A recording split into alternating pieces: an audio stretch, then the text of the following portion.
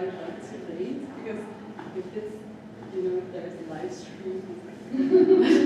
Also, like, this presentation is also part of the agenda. Ah, So, well done. it's amazing. It's going to be a good discussion, I think. Let's see. So, anything great for you? Just take from the review, yeah?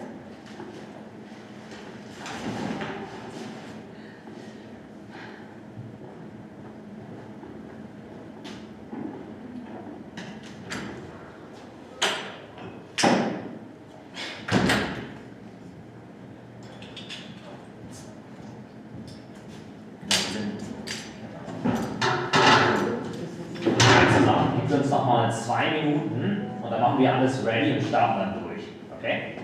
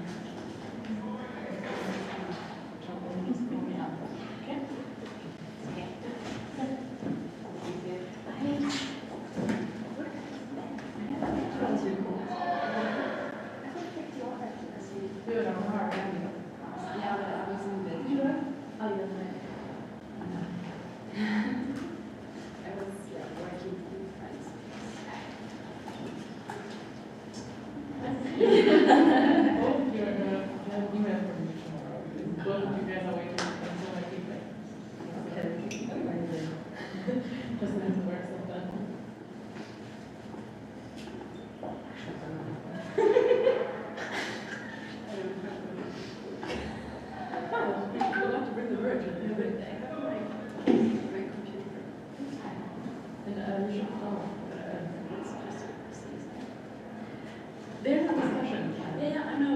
I'm not the expert. But there's good to have people who think things through. Okay.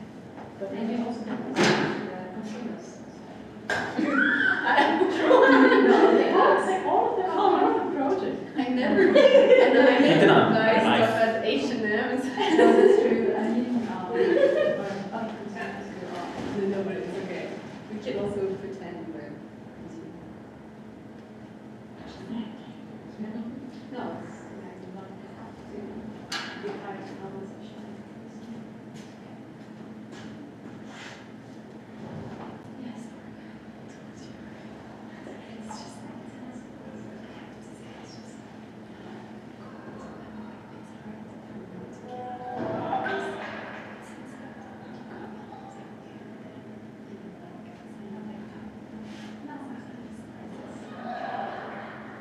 Perfekt.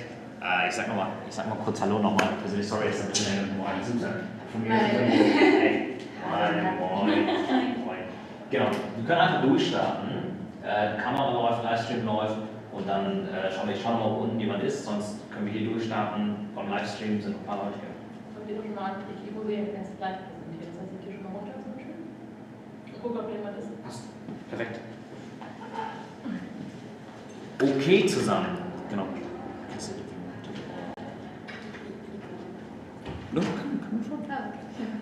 Okay zusammen. Herzlich willkommen zu unserem Co-Foundern Roundtable. Wir werden heute so ein bisschen durch die nächsten 2 Stunden versuchen, euch einmal zu erzählen, was wir als Co-Foundern so ein bisschen machen, als Diaspora-Organisation, und dann über unser großes Projekt Decent Work zu sprechen. Unser Programm, wo wir tatsächlich einmal in Sri Lanka waren und eine Dokumentation gemacht haben über die Lieferkette und die Workers, die in den jeweiligen Fabriken arbeiten, und werden dann im Anschluss so eine kleine Diskussionsrunde starten und freut euch und habt die Möglichkeit, wirklich den Chat hier zu nutzen. Und die Idee ist, dass wir unseren auch Trailer über unsere Dokumentation über die Lieferkette und die Herausforderungen für Arbeiter in der Lieferkette zeigen werden. Weil wir einige Leute im Livestream haben, die auch Englisch sprechen, würden wir tatsächlich mal versuchen, das auf Englisch zu machen. Falls das schwierig ist, sagt uns gerne via Chat Bescheid. Das ist so ein bisschen der Fahrplan für heute. Thank you for you guys for joining. I know we have some other people joining maybe later. We have some Corona cases, so I'm happy that many people joined via live stream. Thank you so much. Before we start, maybe there's a chance that Karthika and myself can introduce ourselves. So I'm Suthan, the co-founder of Comdu.it Germany, and we started this 4.5 years ago, and I will say more about the organization later. Maybe Karthi, a few words about you. Yes, yeah. So my name is Karthi, and as Suthan mentioned, I will be talking in English most likely. So my background is in psychology, and I worked in research consultancy, and now at Comdu.it I'm leading the research function. And then it's our colleague Keerthana as well, she's joined, but she's checking if someone else is joining. So she will come a little later and introduce herself. What's the agenda for today? We prepared a little agenda, and I hope our technique it's very challenging because we have a screen here, we have a live stream, so we have multiple layers, and I hope this works. All right, this is the plan for today. So we'll do a short intro about Comdu.it. Then we'll talk about decent work. What does decent work mean? And then we go into a short discussion. That is the plan, and I'm going to move this a little bit up so the screen is a little better. I think you can switch it to this view so it's a little bit easier for you. That's it. That's the plan for today, and I will start with a short intro about Comdu.it. What is Comdu.it? What are we trying to do? What is this goal? And this is the introduction. So, what is the main idea? As most of you might know, we grew up, or most of us here grew up in Germany or in another diasporan country, and we learned to live in two cultures. And the idea was when we started, how can we use that, right? The knowledge that we have here, grown up here, and the background, the trauma background that we have. And so our idea is, how can we use that to build the best model for transnational and sustainable development cooperation? That is kind of the main vision by using different resources. So, for example, Keerthana has a background in economics. Karthika has a background in psychology. I have a background in economics. So we have a diverse background, and our members will come to our structure later. So there are different people with different skills that we can bring together as a diaspora, and that is pretty new as a sustainable development cooperation approach. And that is kind of our vision, our mission. I think it's very easy to say that we want to have sustainable impact, and you can see with decent work later how we doing it in a practical way, and values. I think we live it to have to empower each other too, right? We grew up here. We still it's the second generation. There's certain difficulties in a certain generation. So this community work and knowledge and empowerment together is something to help us to strive to reach our vision, to build this best model in diaspora cooperation. And let me move on. So you have some. When we started off, we were just 7 people, honestly, and it was just we're coming together and just thought we're just gonna do some volunteer work. That's how we framed it back then, and then we evolved to that what we're having now. And I think it's pretty unique that this kind of background and skill set of people are coming together to work on development cooperation. Why is this approach so new? So when we talk about development cooperation, back in the days it was mainly led by state institutions, it can be GIZ, BMZ, or others. We say, okay, we can bring a new view to the table because we speak the language, we know the culture. If someone does the Indian nod or does any kind of certain behavior, we know what the cultural language behind that behavior is, so we can have a better connotation on that. That's one thing. The second thing that I mentioned already, the network, right? So we have people who are teachers, people who are consultants, and so this kind of network can be used effectively to reach the vision as a diaspora organization. And the last is effective resource allocation. The idea is that we can pull different people's skills together.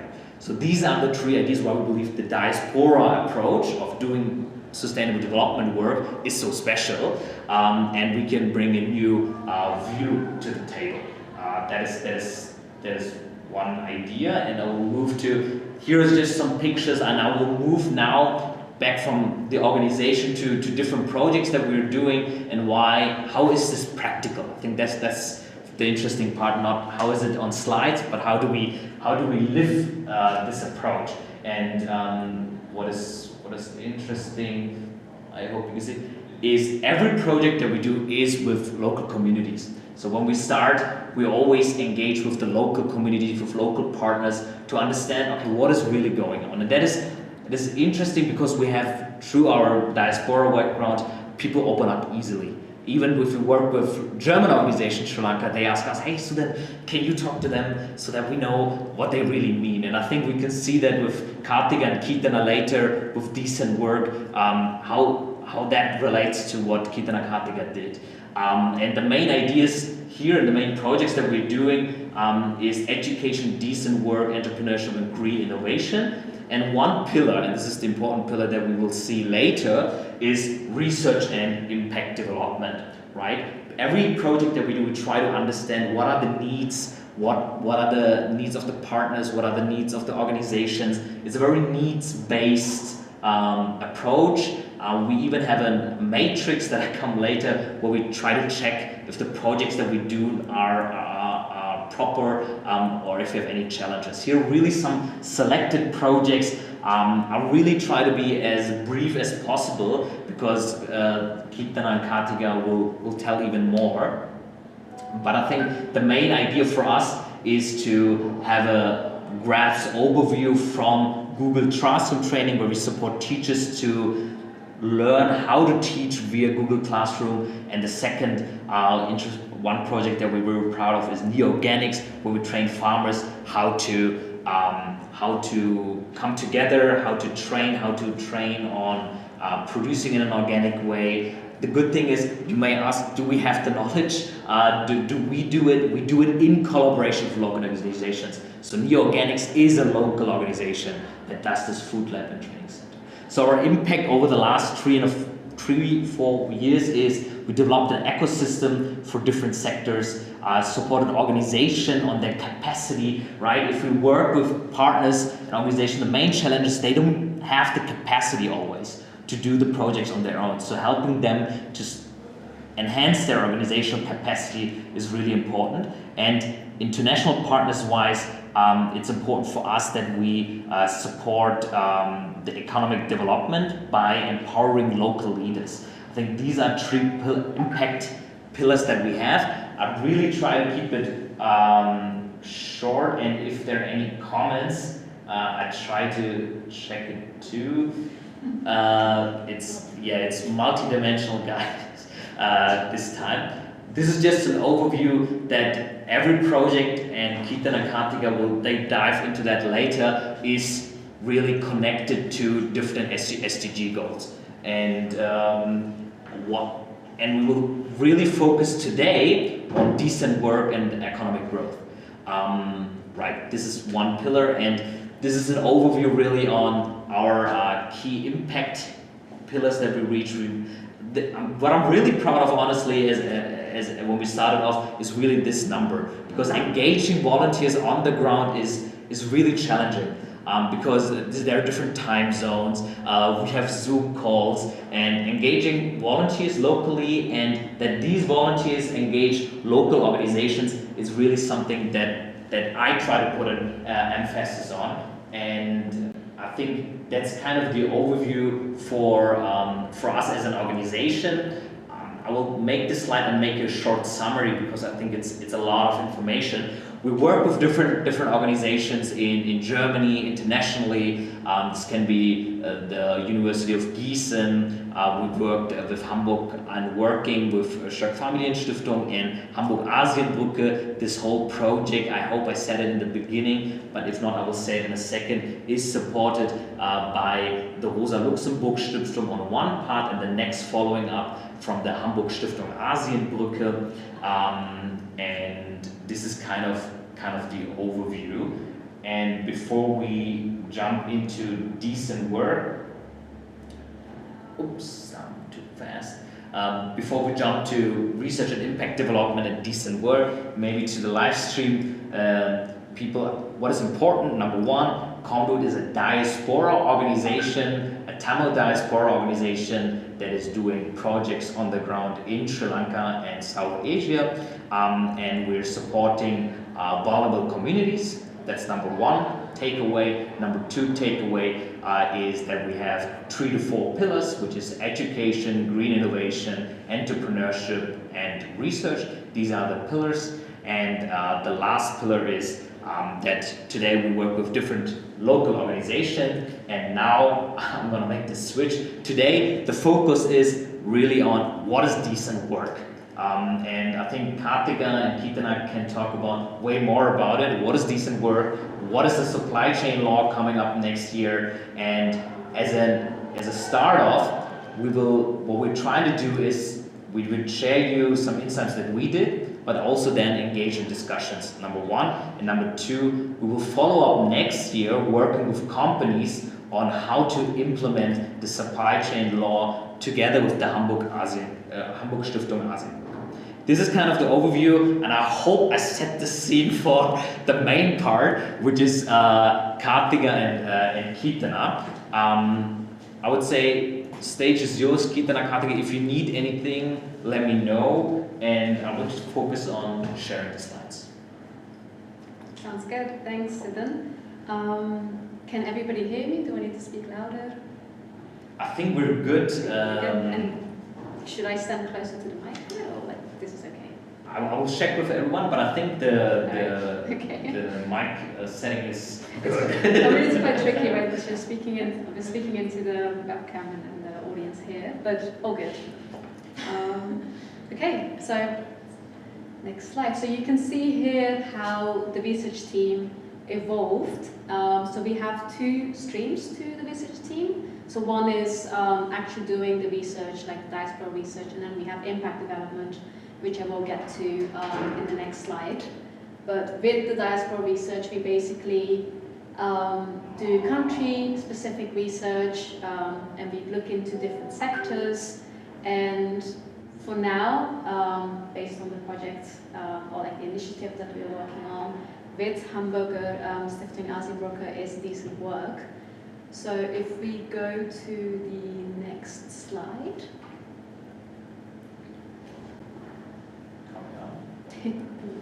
Okay, so don't worry about reading all the details here, but what I want to mention here is that we basically follow guidelines that were specifically developed for us to make sure that that our work is carried out in a responsible manner according to good development cooperation.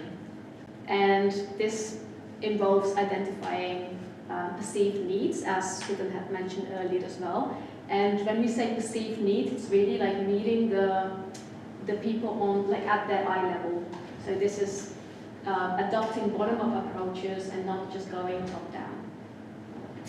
So for instance, guideline number 1, empowerment, which is also the most important guideline. So we have an empowerment matrix, which with empowerment it means living life on their own terms, and it has several dimensions. So first off, with the public sphere, you have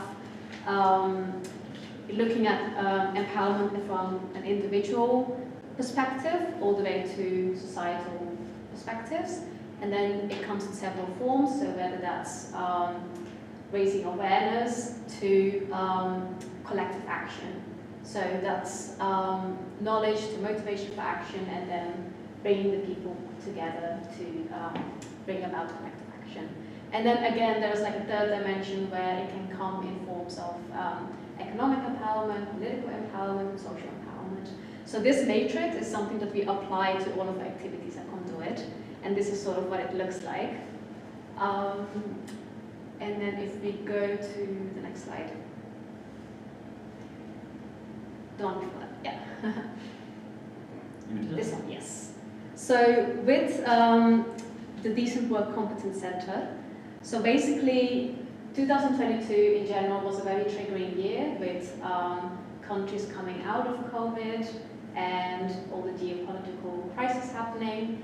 And then based on our pestle analysis, we decided to focus on the topic of labor poverty. So with that, we wanted to uncover issues that were connected with precarious working conditions in different contexts. So this is how we related it to the SDG goal number 8, called decent work and economic growth. So with our project timeline, or so to speak, we have different deliverables and working packages that will come out of this program. So mostly it's the documentary, and then we have several research outputs. And then finally we have consultation with companies that we will work with from January onwards, so that the insights that we've learned from our research, from our on-the-ground work, will actually be put into practice. So first off, we did focus on the apparel sector, so the garment workers, but we will focus on other sectors as well, and also expand into other countries, and not just Sri Lanka. Yeah, next year it's tea estates that we've got planned, so yeah, exciting times ahead. Next slide. So this year we focused on the apparel sector, and me and Keerthana, we went over to Sri Lanka. We also had other volunteers joining us as well to help us out with filming and other parts. So I'm going to use the Sri Lankan apparel sector as a case study for our Decent Work initiative. So when it comes to the context, so there are 2 research questions that we have formulated, and given the scope of the topic and the relevance of the supply chain law, we decided to delve into the ramifications of the German Supply Chain Act on the Sri Lankan apparel sector with reference to decent work. And then secondly, as our pestle analysis have also showed, there are silo approaches, and there's a lack of rights holder focus or rights holder dialogue during the lawmaking processes, which is why we wanted to focus on how we can foster collaboration between the different stakeholders involved, either directly or indirectly in the supply chain. And that too in the context of all the crises happening. Yeah, as I mentioned, with the silo approaches and the lack of rights holder centered focus, this basically also undermines the ability for the Sri Lankan government to address the systemic barriers. And yes, okay. Finally, the goal, or like how we plan on answering the research questions, is to capture the livelihoods of the garment workers, and this we do through life history interviews, autobiography interviews, and participant observations. And then the systemic barriers we try to understand through interviews with the industry experts or the stakeholders who are higher up the supply chain, so that we understand the micro-historical experiences and how that builds up to the macro frameworks. And with regard to the legal frameworks, we want to assess the implementation of target 8.3 and 8.8 of the SDG number 8, which refers to decent work. So just to explain here, with decent work SDG, it has all these different targets, and the reason why we focus on 8.3 and 8.8, I didn't want to write it out in full because it was a very long sentence, but both of them basically refer to female migrant workers and the informal workers. So that was our focus group for our research as well. So as you can see, with the methodology, our sample criteria, so we focused on marginalized genders, and they have to have migrated from rural areas to the city specifically to engage in income generating activities in the zones. And then, yes, with regard to the design of the research, it was 6 months of field work. So both me and Keerthana were there, splitting our time for the 6 months. And we spoke to 10 workers, but it wasn't just 1 hour, 2 hour interviews. We really spent days with them. We tried to understand how they constructed their livelihoods, just basically get the day-to-day insight into their lives. And then on top of that, we had 15 interviews with industry experts. And then because of difficulty trying to get access to some of the workers, because of the limited availability, the fact that an economic crisis was happening at the same time, so there was like food and fuel shortages.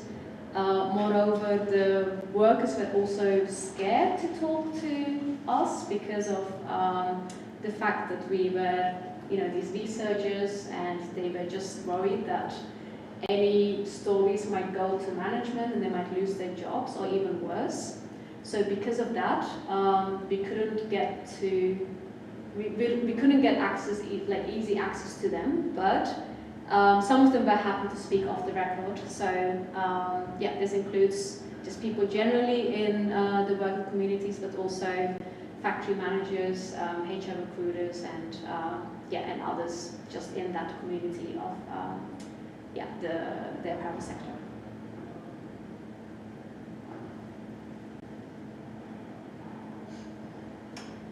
Yes, so the main goal of us being there was to foster relationships with the workers, but also with trade unions and others who are advocating for this group. So this included us attending various events. So there's one where Keerthana attended a workshop for transgender workers. It was also International Women's Day when we were there. So we were invited to speak. We went to a few factories. We had strikes happening because of rising inflation, and it was generally quite a tense time, politically speaking. And finally, I myself actually stayed in the boarding house for some days because I realized that I really needed to understand not just the individual workers, but also how they lived together as a community.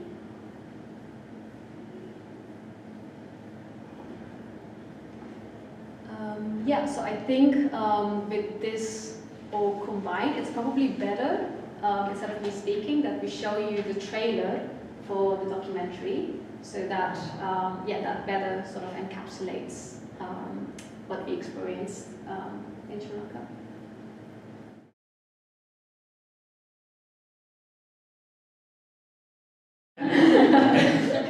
Yeah, sure. But it should be easy.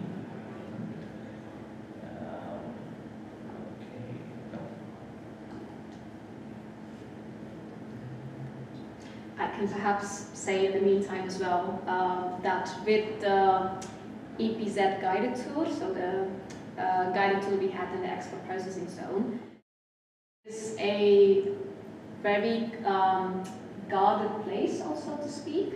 And when me and Keerthana and others from our team tried to go inside, it was quite tricky. So we of course wanted to see what the factories looked like and such, but because there was a lot of military personnel, and it was not that easy.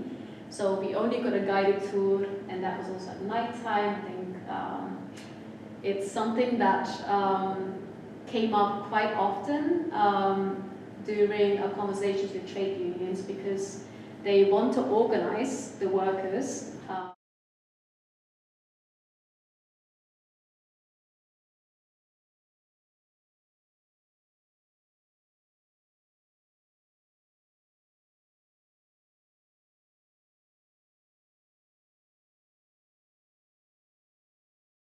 Everyone in the screen. Okay, I will put the trailer in the chat so everyone can watch it at home. It's just too difficult that we share the screen, you watch the trailer, and we also watch it. But so that we watch the trailer here, and you can watch the trailer on your screen at home. I think that's way more effective. So I'm gonna watch it here, and I hope this works.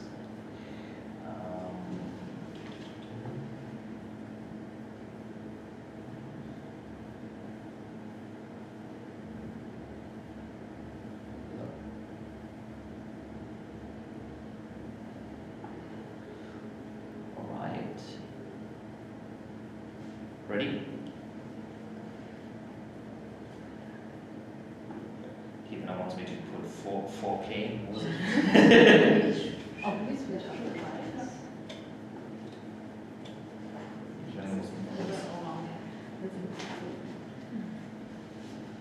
Keerthana, you're 4K.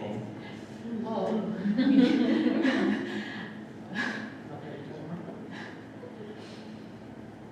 All right, here we go.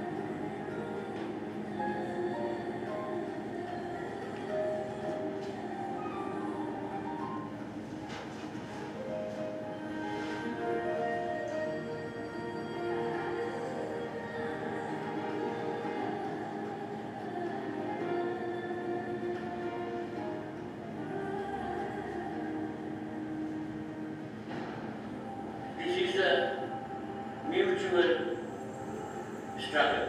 This has a connection to these workers, and she said that every weekend that she visits these workers. All these stakeholders, if I can say, have to do their part to help these precarious workers. Someone tell me the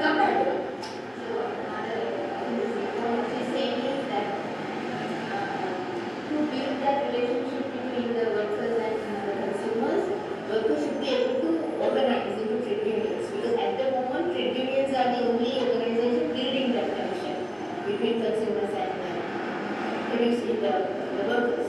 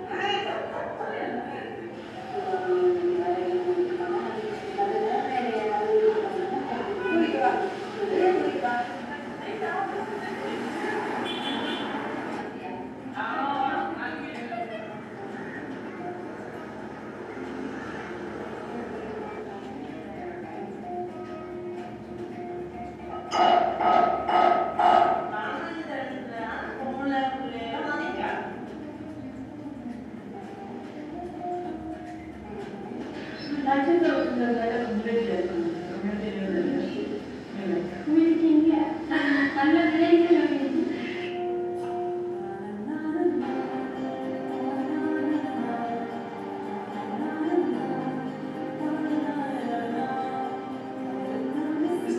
just about clothes. It cannot be just about footwear. All your consumer goods are coming from somewhere, right? Are you being responsible?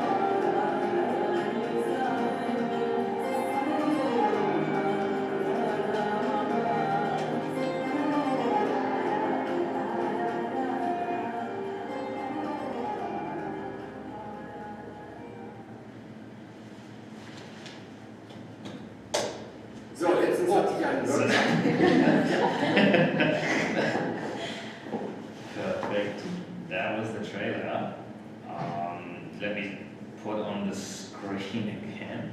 1 second.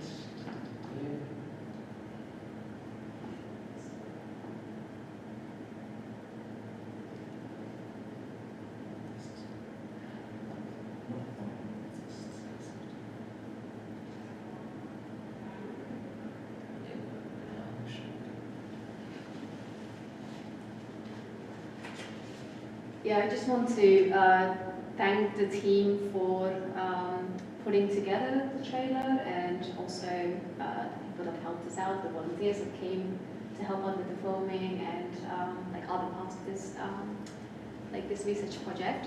So as you can see, we were really trying to interact with the workers, and because we share the culture, we can speak the language.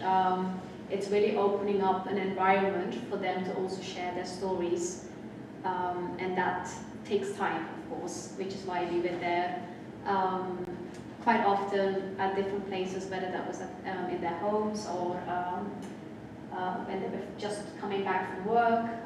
We even went to visit their families as well, from other parts of the country.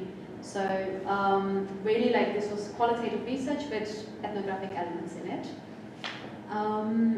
Now that we've actually collected the data from the rights holders in Sri Lanka, and now that we are back here in Germany, I want to focus on what we can do from here. So if we go to the next slide. Yeah, so with the rights holders based in Germany, including the German companies, as you know, we've got the German Supply Chain Act coming out. So I don't know if everybody's aware of the details, but basically it's intended to strengthen the protection of the basic human rights of the workers, and it's to make sure that we don't have forced labor and such, including child labor and quite a few things that fall under this umbrella. Additionally, there are also some environmental provisions included to some extent, and basically this law is going to come into effect from January 2023 onwards, so basically in 2 weeks, and it applies to multinational companies that have a business here in Germany as well. So if the entity in Germany has more than 3,000 employees, it applies from January, the coming January onwards, and then from 2024 onwards, it applies to the companies that have more than 1,000 employees. So even if the SMEs, like the smaller businesses, are not obligated to follow this this German law, there is still this global expectation of complying with this law, even if it doesn't directly apply to them, because they are trying to maintain a competitive advantage, of course.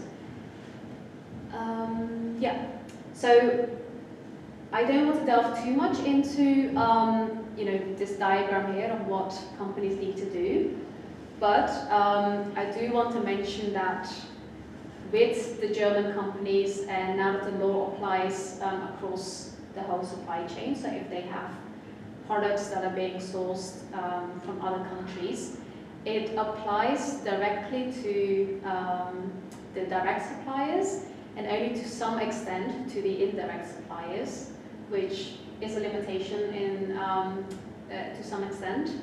And they said as well that there is only, in the actual provision, it says that they only need to have a risk analysis with the indirect suppliers where there is substantiated knowledge of that. So this brings the question to what substantiated knowledge actually means, and that is something that we will delve into. What I do want to mention is that when the law was being drafted, there was a very short time between when it was when it was drafted and to when it was adopted. I think it was like 4 months or so to speak. And during that period of time, there weren't actually rights holders being involved. So rights holders meaning those from the Global South. And I think this is where we at Comdu.it want to play a key role in terms of bridging the communications between the rights holders here and the rights holders in South Asia. And I think that is what I wanted to say about the law specifically. And then, yeah, thank you. And then I would say our discussion round can start, guys. I'm here to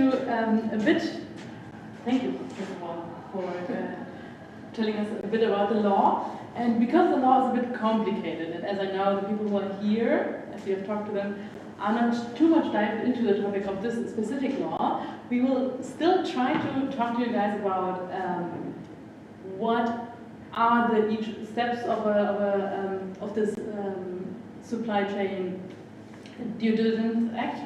And because it's already so complicated, and I know that you guys at least speak a better German than English, I might switch language to maybe also some of the people over there to German. Wir reden also über das Lieferkettensorgfaltspflichtengesetz, sehr viel einfacher. Genau, ich stelle euch mal kurz ein. Das ist, wenn wir nochmal einen Schritt zurückgehen, die Slide davor, geht es basically eigentlich darum, jedes Unternehmen, und Karthika hat gut erwähnt, dass es alle Unternehmen betrifft in Deutschland, die mehr als 3000 Mitarbeiter haben. Und dennoch würde ich da eine Sache noch hinzufügen wollen, denn auch Unternehmen, die natürlich nicht mehr als 3000 Unternehmen haben, sind nur für ein Jahr betroffen. Danach gibt es die EU-Richtlinie, die dann die alle mit inkludieren würde. Plus, nehmen wir mal an, ein kleines Beispiel, da ist ein großes Unternehmen und hat aber ein kleineres Unternehmen als unmittelbaren Zulieferer und setzt dann auf, hey, ich möchte, dass mein Zulieferer auch eine Risk-Analysis macht, sind natürlich auch die kleineren Unternehmen davon betroffen. Das heißt, jedes kleine Unternehmen muss jetzt auch gucken, oh, bin ich jetzt doch vielleicht unmittelbar oder mittelbar davon betroffen, wo hole ich denn meine Sachen her? Das kann ja auch sein. Und eigentlich sage ich immer, kleinere Unternehmen haben eigentlich gerade Zeit gewonnen. Zeit, wo sie keine Bußgelder zahlen müssen, Zeit, wo sie nicht direkt angeklagt werden müssen, aber Zeit, um sich Gedanken zu machen, wie kann ich das denn besser machen. Und genau, um das ganz kurz, um euch ein bisschen einzuführen, es soll ein Risk-Management-System bei jedem Unternehmen eingebettet werden, ein ganzes System, wo man darüber nachdenkt, in regelmäßigen Abständen für den eigenen Geschäftsbereich und in unregelmäßigen Abständen für unmittelbare Geschäftstätigkeiten. Das soll ein ganzes System sein. Dann soll man auch einen Beauftragten haben, tatsächlich mit Namen, der für diesen Bereich oder die für diesen Bereich zuständig ist. Und aufgrund dieser Risikoanalyse, die man gemacht hat, soll es dann wiederum zwei Sachen geben. Einmal präventive Maßnahmen, einmal abstrakt, was könnte passieren, und auch einmal sehr konkret, in meiner Lieferkette könnte das so und so aussehen und da kann es Probleme geben. Und gleichzeitig einmal präventiv und auf der anderen Seite Abhilfemaßnahmen. Jetzt ist was vorgefallen, wie gehe ich damit um?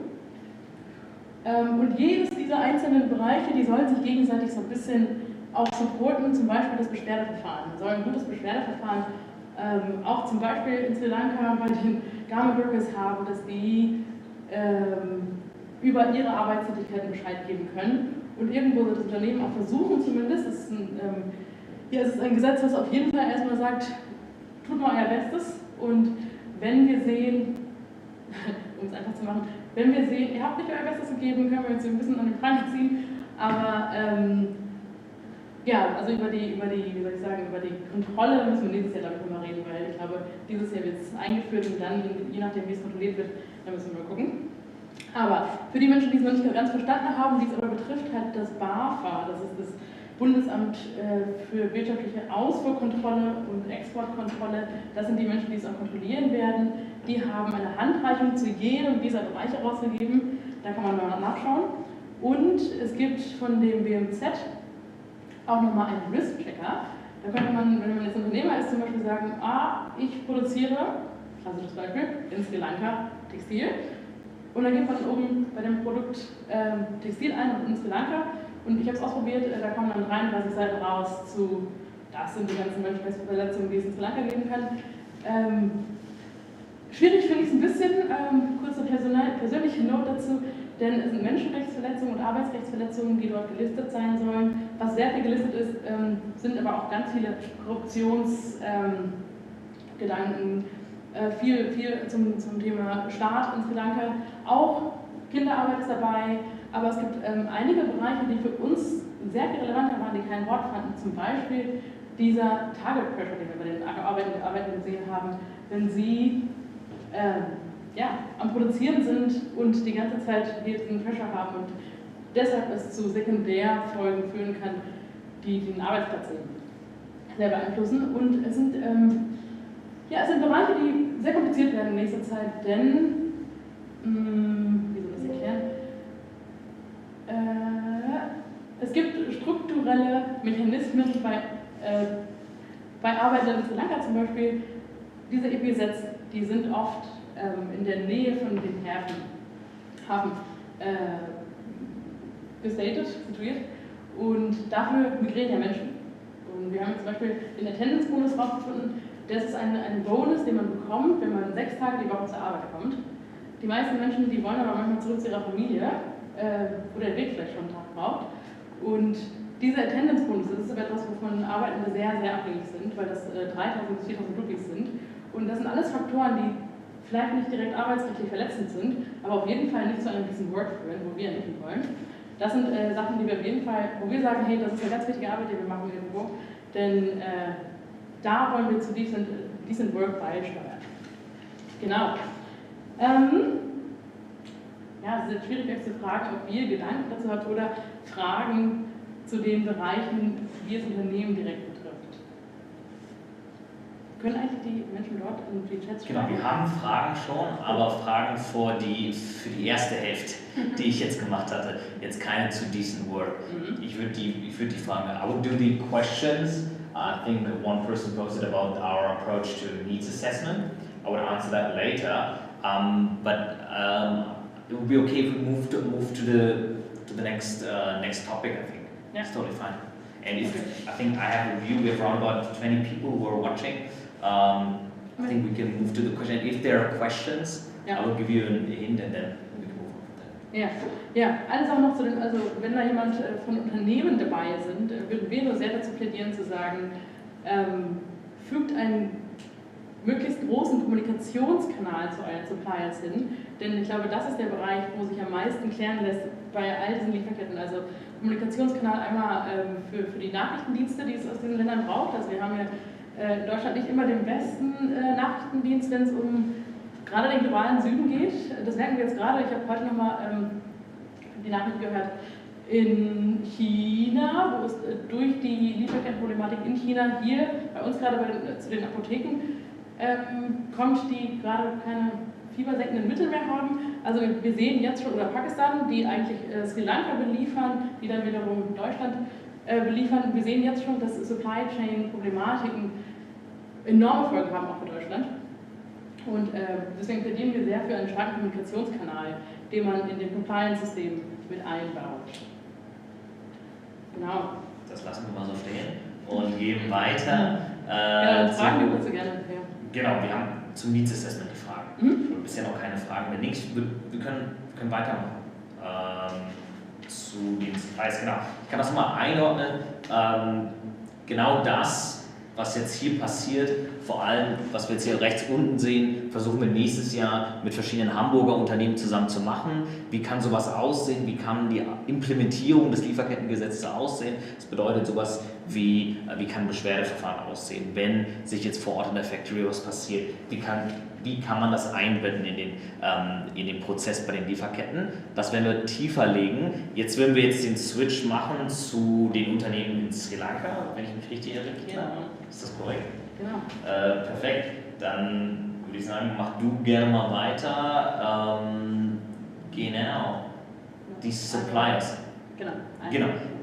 Wenn du möchtest, gerne auch mal für alle, I need to switch to English, right? For some people I think it's difficult to in German.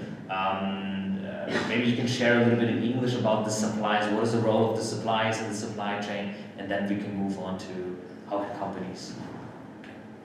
Yeah. Well, the suppliers in the supply chain are basically the production companies from the Global South, and they themselves have another supply chain behind them, right? For example, the harvest, the fabric for Sri Lankan companies is coming from Pakistan, and if there something happens, of course Sri Lanka cannot work, and then they have the pressure. That's how supply chains work. What are the what the production companies in the Global South, what they got right now is the whole international attention, right? They have the power of the international attention, and we are asking ourselves, how can they switch this power, which they finally become, into better working conditions for the workers? Have you guys any kind of idea in any language? Because this should be a discussion round, but just if you want to, I can also continue afterwards.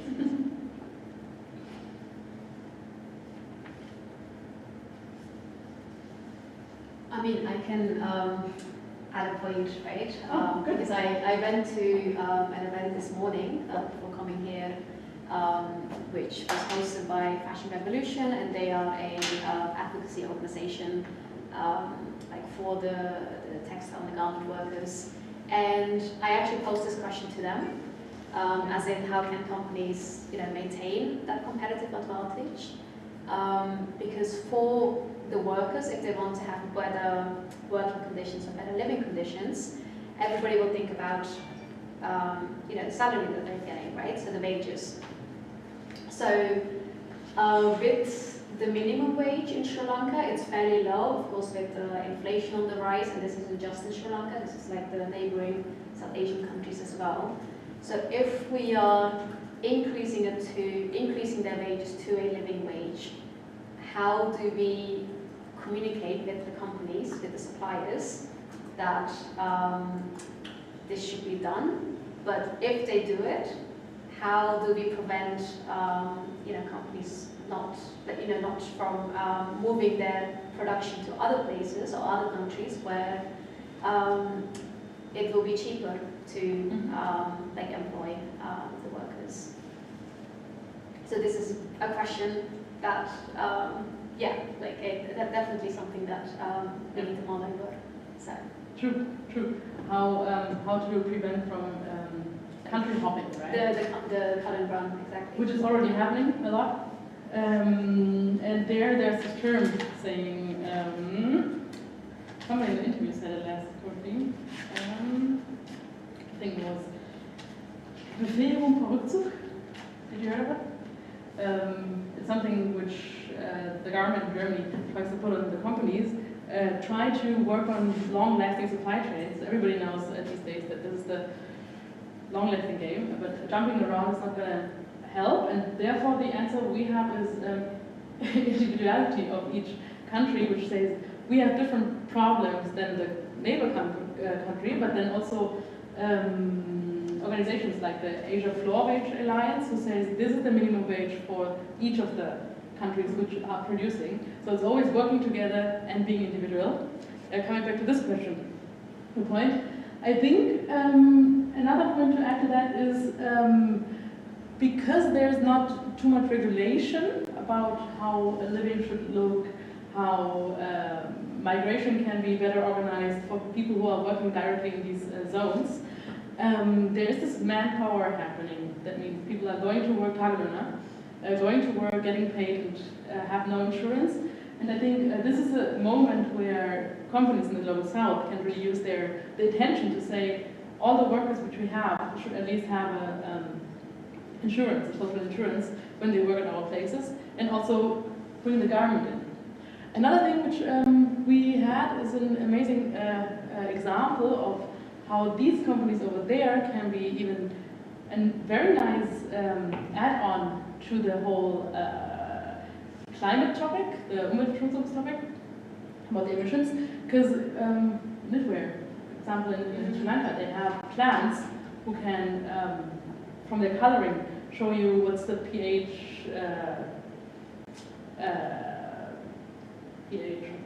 level, thank you, from the water that they are giving out. So they have these innovations at their places as well. And that's why, again, have the communication set in the CSR which you use, between Germany, for example, and the Global South, to work on innovation which comes with the issues. Yeah, I mean, of course, sustainability is definitely a trend, pretty much in most places in the world, especially here in Europe, because of the legal trends coming about. So with the Sri Lankan apparel sector, of course, they can showcase that they are already doing quite a lot in this field. So that's one way of maintaining that competitive advantage, and then other countries can also find those unique selling points, right? Of how they can do that. So also another thinking from an individual perspective. So when it comes to actually co-finding the garment workers, they don't tend to stay for long. When they start working in the garment factories, it's just maybe a few years. I think I often hear 5 years or so, and then they tend to go back to their villages. And this high turnover rate, of course, affects the flow of the companies. So in that sense, if they do increase the wages and offer more benefits, then that will lead to higher ROIs and such. True. For the suppliers themselves. So. In addition to that, it's also the trade unions, in these places, they tend to have a hard time because there's a lot of union busting happening, even if that's part of the supply chain due diligence act here. But if workers only stay for a few years, of course they might not, be part of these trade unions, because it's only to come there, make a lot of money if they can, how much they can, and then go back again. And that's a huge issue which trade unions have also. It's either workers who pass out to work for the trade unions, but it's not too many workers who are part of the trade unions, even if they are trying to fulfill a better working condition for these people. But if people don't stay, of course, they don't have the time to join a trade union. But talking about lifting up a worker's life, I think that's a good topic for the next slide. That was a wonderful transition. I don't know where that came from, but workers at the low end of the supply chain. So this summer we started with the companies here in Germany, and we started with the companies in Sri Lanka, and now we're going to go to the workers. Exactly. Where is the slide? I'm missing one slide. Are you sure? No, I think that's correct. Ah, sorry, that's the yeah. So, what do you think is important when a worker lives in a boarding house close to the factory? What is important? Imagine yourself being a worker and going to that job early in the morning, and then you return after an overtime shift, which you do regularly. What do you think are important topics to come from a decent work to a decent livelihood? Safety, maybe. Safety. This feeling of safety. Yeah. Hygiene as well. Hygiene as well. Access to, water, for example. Yeah, what we call them are basically unrealized demands, right? So they work a lot. A lot of these people, they need to make ends meet, so they tend to work overtime in order to get these like additional bonuses and such that you mentioned earlier. So these unrealized demands can come in different forms. So they can be, you know, lack of time for themselves. At least when we were there, they only had time on Sundays, and even on Sundays it was really, you know, they were running errands and doing other things. The rest of the days they were really just too busy. So, so that is like one, you know, complaint and such, and then it can lead to like bigger issues like, you know, poor sanitation facilities, for example. So I think with those complaints that the workers, you know, they talk to each other about it, how can we basically examine like the narratives within those communities and basically bring them to collective action, right? So that they can actually bargain for better conditions.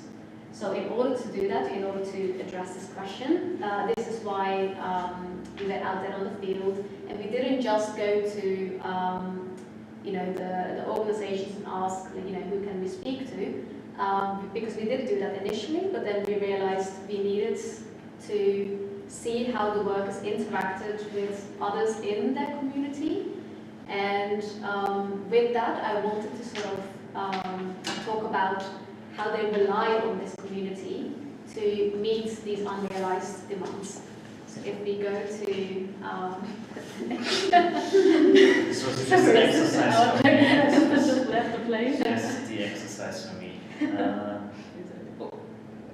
yeah, I mean, that's okay. So if we go to that first table that I added there, so that's support within the community, right? So of course these workers, they moved from you know, the villages to the city. It's quite daunting, so they're looking for that sense of belonging. And when it comes to sense of belonging, they basically tend to identify themselves by their ethnicity or like where they come from. So you have all these different different dimensions to their identity. Now, secondly, it's in order to survive. You know, in the EPZs, they talk to each other, you know, talk about their concerns or their family issues and such. And then you've got instrumental help where they might you know, cook together because they don't have time, or they want to like share their share their food and such. And then financial help as well in terms of borrowing money from each other, or going together to some money lender, and yeah, so you have these informal arrangements in place.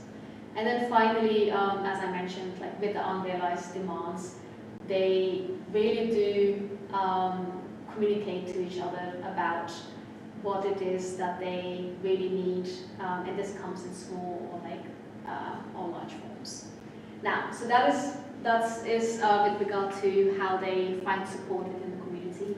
At the same time, I also saw many tensions and contradictions within the community, and while they find a sense of belonging through identifying themselves with, you know, with the same caste or the same ethnic group, or you know, with both women and whatnot, there is also this cutthroat environment, so to speak, where if someone does something, they are quick to judge that person, and you then find this sort of policing behavior, judging them based on their character, and this quickly then leads to the ethnic and class discrimination.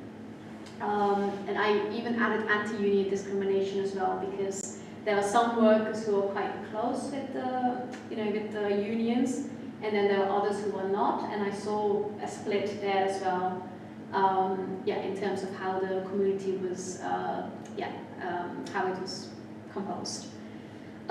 Secondly, you've got a gift-giving etiquette, which when I delved into this concept, so basically these workers, they are they are living in their like boarding houses, and when they go home, they really feel the obligation to buy gifts for their families, and this is something. It's often an expensive token. So already they are not earning that much money, but in order to find a place back home to like safeguard their position in a way, it's something that they tend to do. And if they only buy one gift for one person but not for others, then the concept of jealousy gets applied very quickly.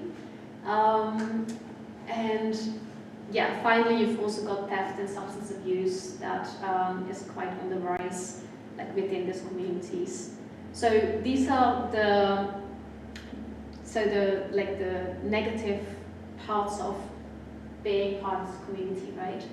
And I think when it comes to like solutions, so instead of like how do we turn this community or this cutthroat environment into a more conducive environment for the workers, so that they can organize themselves, join the unions without fear, and meet the needs that that is really needed for them. So I was thinking about a couple of solutions here, but feel free to chime in as well. So first of all, as I mentioned with the anti-union discrimination, even though the ILO conventions of freedom of association are ratified in Sri Lanka, when it comes to the implementation part of it, it's actually, you see that it still isn't allowed in many places, that many countries still don't allow unions to be formed. There is a number of workers who got suspended when they joined these unions. They might be allowed at the most companies, but like this happens, yeah. It's funny because many of the people who are part of the trade unions said that they were part of a garment factory and then got suspended when they joined this trade union, so they found a new job kind of to that, which was also a phenomenon when we were there. Yeah, I think also when it comes to the composition of the workers, more and more workers are starting to not get formal contracts with the garment factories, right? So as you mentioned earlier, you now have informal workers as well, so they tend to find work through these sub-agencies, and then basically they can, work in different factories and get money, their salary like straight away, like that very same day, and it's convenient for them. But what this means is that there's a lack of benefits there, and they often are also underrepresented, like with the trade union, like the composition of the trade union communities, right? Because they're only there for working, and often only tend to stay for a couple of years. So for them, it's sort of they're perpetuating the fact that they are only temporary workers, but because they consider themselves as temporary workers, to what extent can they even demand for better working conditions or better facilities? So this is a trend that we see in other countries, in India as well. I think in India even it's like 80 or 90% of the people work in the informal sector. So, So then, with regard to respecting the ILO conventions, secondly, something that we can actually do from a practical standpoint is ensuring that the migrant workers are just fully up to date, right, with information, and making sure that we also communicate this through different channels. It shouldn't directly come from us, it should come from these community mobilizers, because they tend to communicate in their way. It's someone that they can trust, so it's different methods here. If I'm a minister, I would ask, okay, what can I do now? If I'm a state owner and I'm a government, and you're telling me that there's so many challenges for the workers. If we look at the government, okay, we talk about the workers, we talked about their challenges, and if you have the chance to talk to a government official, what would you say? What would you give them as an input? What should they improve so these issues can be reduced? What would you say? At the same time as working at the working conditions, you should definitely take care, because that's part of policy of the government, is taking care of the living conditions of people who work and who are the backbone of this economy of your country. And we would definitely we would definitely try to push you to the better living conditions surrounding the working place, because floor ground, we can discuss about if it's we can discuss about if it's the employer or you, but when it comes to the living conditions of the people who live in the country, it's of course something where the government, where the employers right now in these global south, they really have the power to put the emphasis and ask a lot from the government. And as you have said already, the whole infrastructure of feeling safe when you come home from a night shift, which is already something for a country, in Sri Lanka again, where the woman has not too much to say, and you come home in a very dark place and have to find your home. It's something where the government definitely can work on it. Housing schemes, Siedlungsbereiche, are something which, if you plan it correctly, it doesn't have to turn into these slums which we saw at the boarding houses. It can further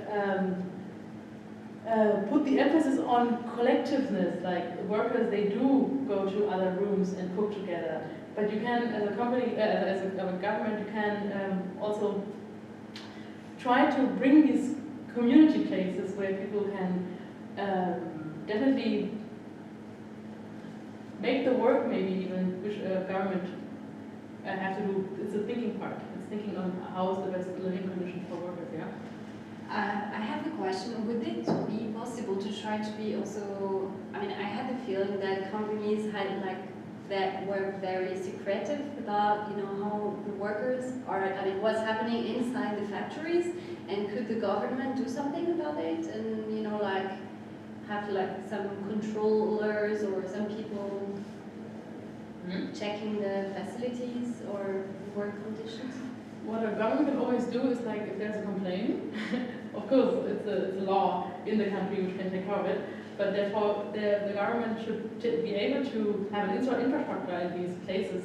And also from my side, I have to say, to give the people the self-worthiness in saying, you are a very, very important worker for our country, and if the Beschwerde management now comes, go and If I understood you correctly, it's more about transparency about their processes, right? Or is it?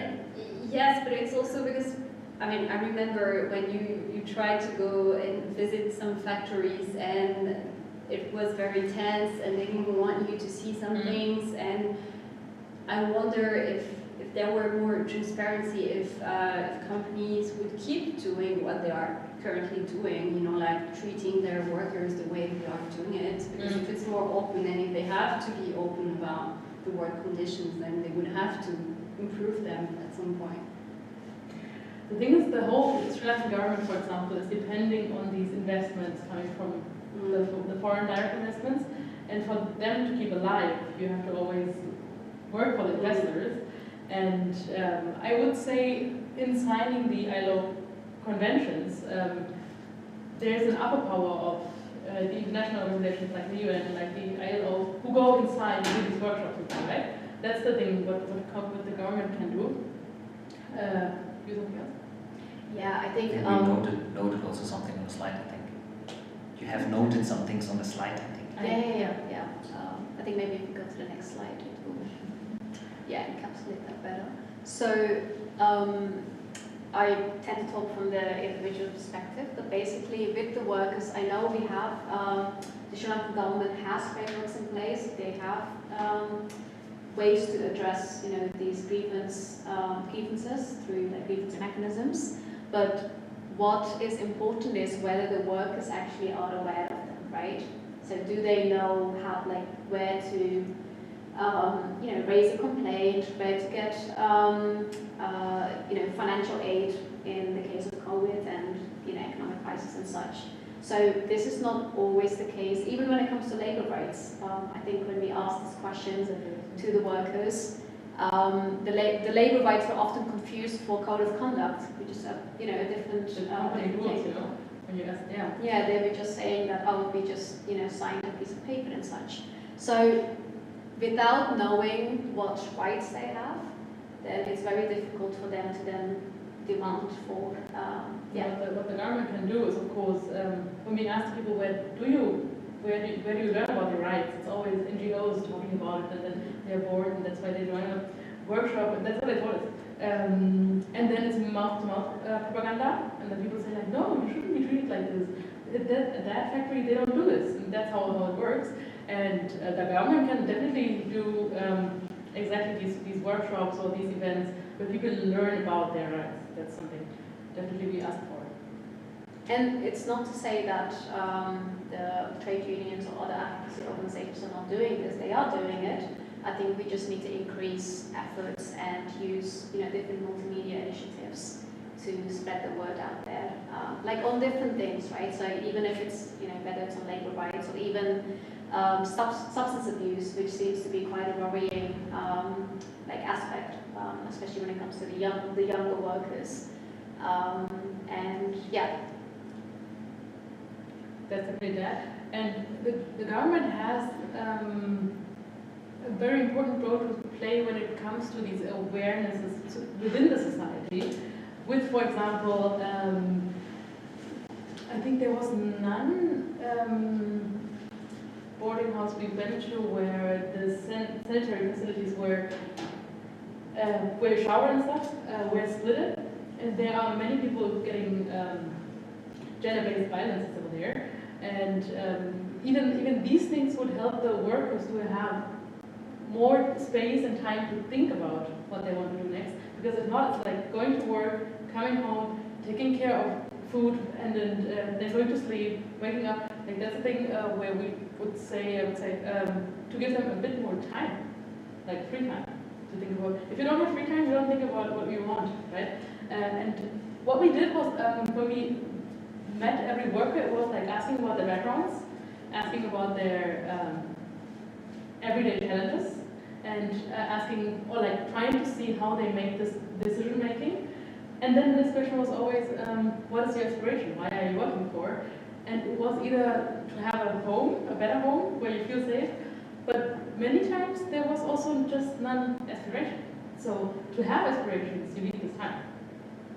Think about it. That's something where the government can definitely make some, all of these facilities are some which brings time. do we have any comments, questions so far? No, so far still the one question from the beginning. I have to check. Yeah, but I will answer it in a second.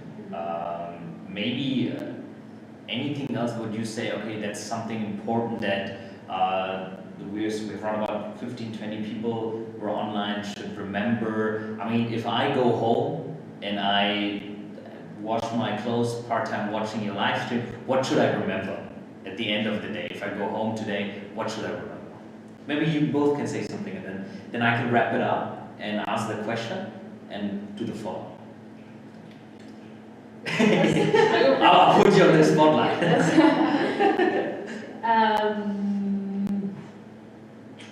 Wow.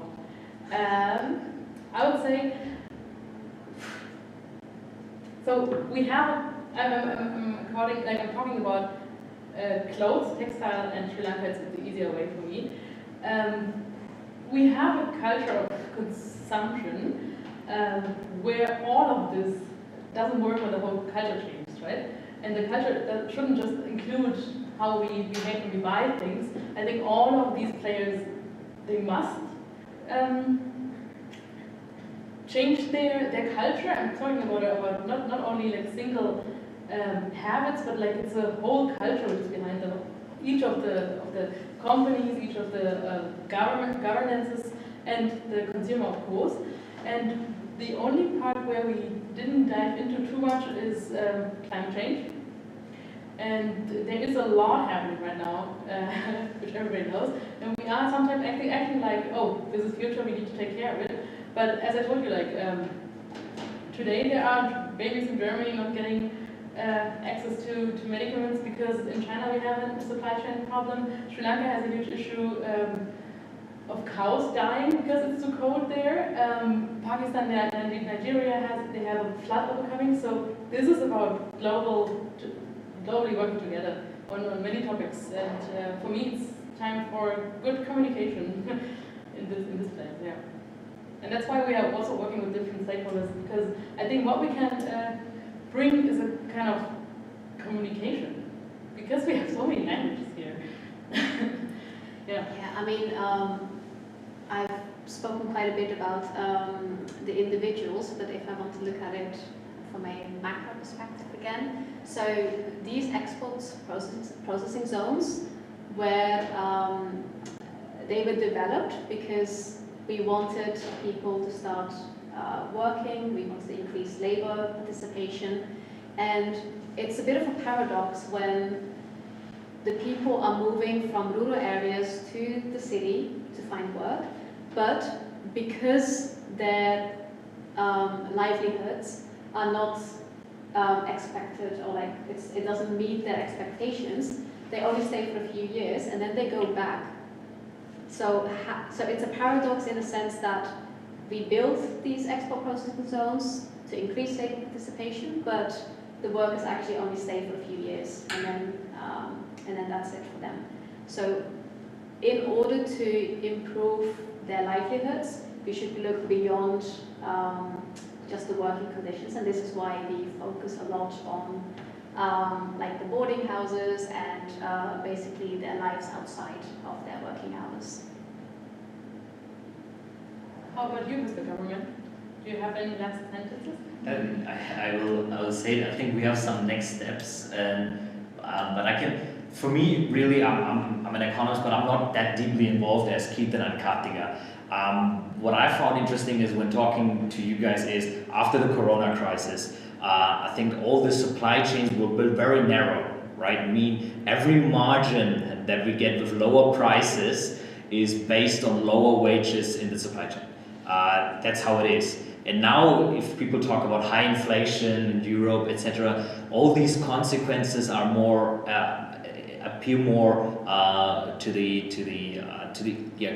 come over the water in this era existent. And I think for us, it's really important to, with the supply chain law, to showcase that by supporting workers and workers' initiatives and bringing them into the law, and really being the bridge. I think our role as Comdu can be the bridge between German companies, local producers and workers, and to bring them together on a table. That's our job. I think we have the right skills and the right know-how to do that. So macro is really supply chain issues through Corona, etc. And for our role, I think, is really to support as a bridge to bring the right people together. But when we talk with the first companies, it's still surprising that they don't really interact with the producing factories in the local countries. So I think that can be our role.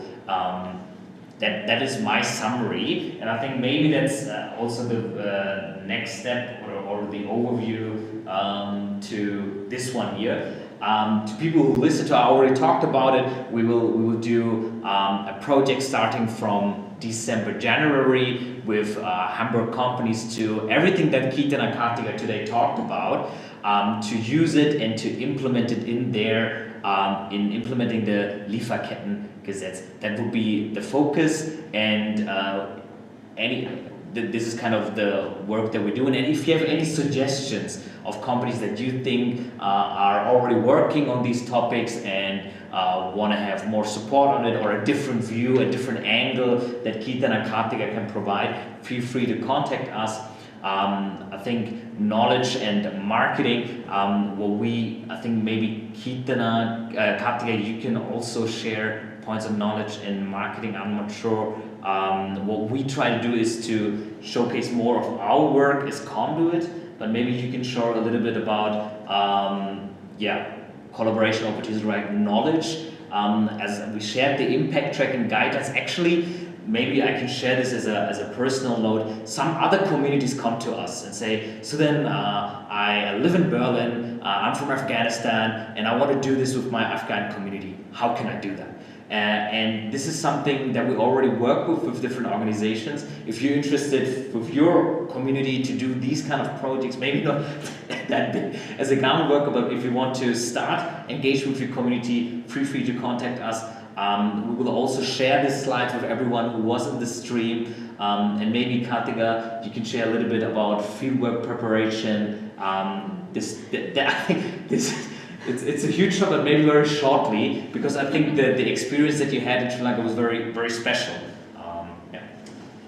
Yeah, so I think with the number of field trips that we have done on Comdu.it, of course a lot of preparation goes into place. So when it comes to doing research or just carrying out activities in developing countries, we need to have guidelines, right? And this is something that we have already implemented. And this is something that we can, as Suthan said, we can host workshops and such, or just have this, knowledge transfer mechanisms in place with other diaspora communities or any entity that wishes to do, wishes to carry out activities in developing countries. And as such, I think with other ways of how we want to activate our insights, I think that's quite important in making sure that we bring the stakeholders together and foster that collaboration, which is what we are trying to do here with the Hamburger Stiftung Aschenbrücke. And that's why consulting is actually our next a next motive. Yeah. One important point which we have forgotten to say is, of course, we were there for half a year and we didn't meet the workers at the first day, right? So we didn't even have the chance to speak longer than a few months to them.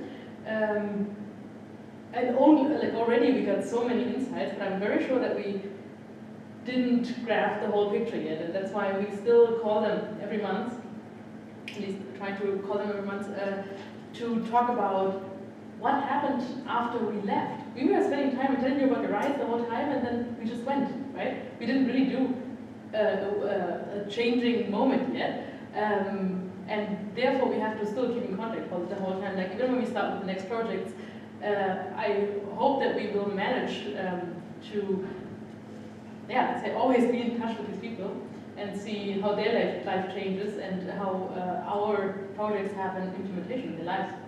But that's the point, right? With implementing the supply chain law, it's not just going to be a one-time thing. Exactly. It's an ongoing process, and the fact that we have this ongoing engagement with the different communities, whether that's like the workers or even with the rights holders there,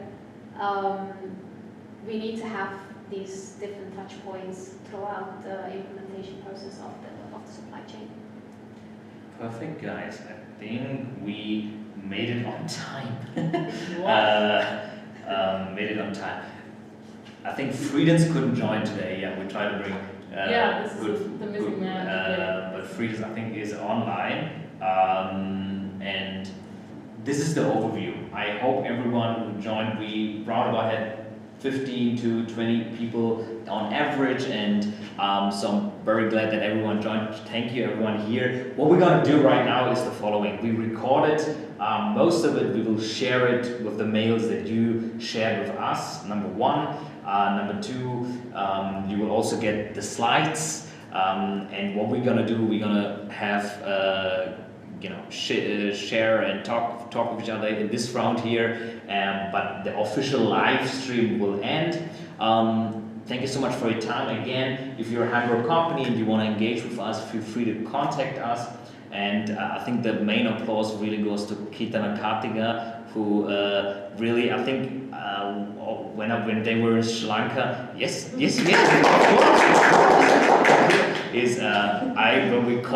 we had like phone calls or Zoom calls, when they were in Sri Lanka, I know how tough it was to do these interviews, to stay in the boarding houses. It's a really difficult experience. So really compliment for their work. I'm just here to showcase it, to present it a little bit, and that's it.